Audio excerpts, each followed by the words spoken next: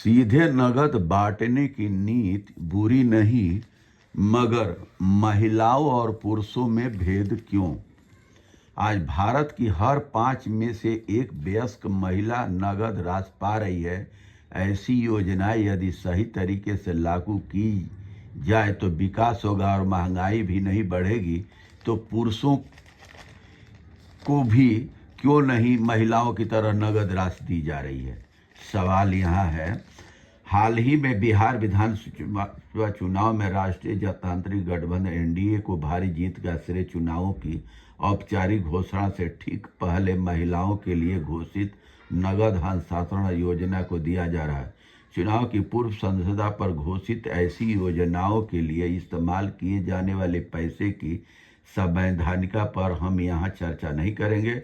ऐसा इसलिए क्योंकि यह मामला सर्वोच्च न्यायालय के अधीन है और वह 2019 में दायर एक जनहित याचिका पर सुनवाई कर रहा है। उसमें संविधान के अनुच्छेद 14, 21, 112 और 202 के उल्लंघन की बात कहते हुए इन रेवड़ियों पर रोक लगाने की मांग की गई है। इस मुकदमे में 2013 के एक फैसले का हवाला दिया गया, जिसमें चुनाव आयोग को निर्देश दिया गया था कि इन रेवड़ियों के समय और दायरे को लेकर वह दिशा निर्देश तैयार करे। बहरहाल हम यहाँ नगद हस्तांतरण के अन्य पहलुओं, विषम महंगाई, कल्याणकारी सरकारी खाते में पड़ने वाले प्रभाव को लेकर विमर्श के बिहार उन राज्यों में शुमार है जहाँ महिलाओं के लिए 12 से अधिक नगद योजनाएं चल रही है।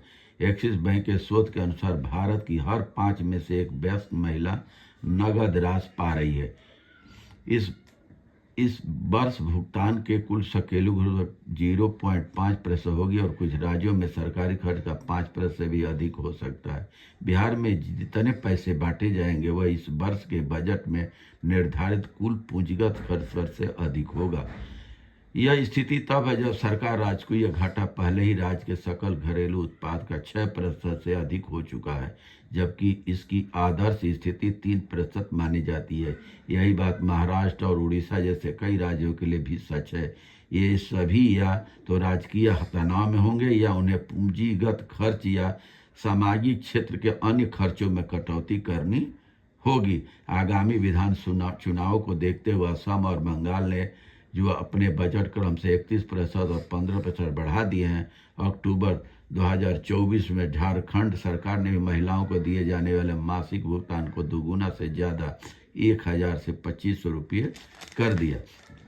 यहाँ सवाल ये बनता है कि जो योजनाएं महिलाओं को दी जा रही है क्या पुरुषों को नहीं दी जाए? जैसे बिहार जैसे राज्यों से हर राज्यों में बिहार से ज़्यादा पलायन होता है, वो पलायन मर्दों का ही क्यों होता है? औरतों का कहाँ पलायन होता है? तो दोनों को बराबर, दोनों को नीतियाँ बराबर, मर्द और पुरुष में भेदभाव क्यों? यहाँ पर यह सवाल बनता है कि मर्दों और पुरुषों में भेदभाव क्यों हो जा रहा है, जबकि मर्द पलायन को मजबूर है, औरतें गांव में रहती है। तो दोनों को इस तरीके से दोनों को बराबर दिया जाए ताकि दोनों अपना गांव में ही वहीं पलायन रुके और वहाँ का विकास हो। बहुत बहुत धन्यवाद। नमस्कार, प्रणाम।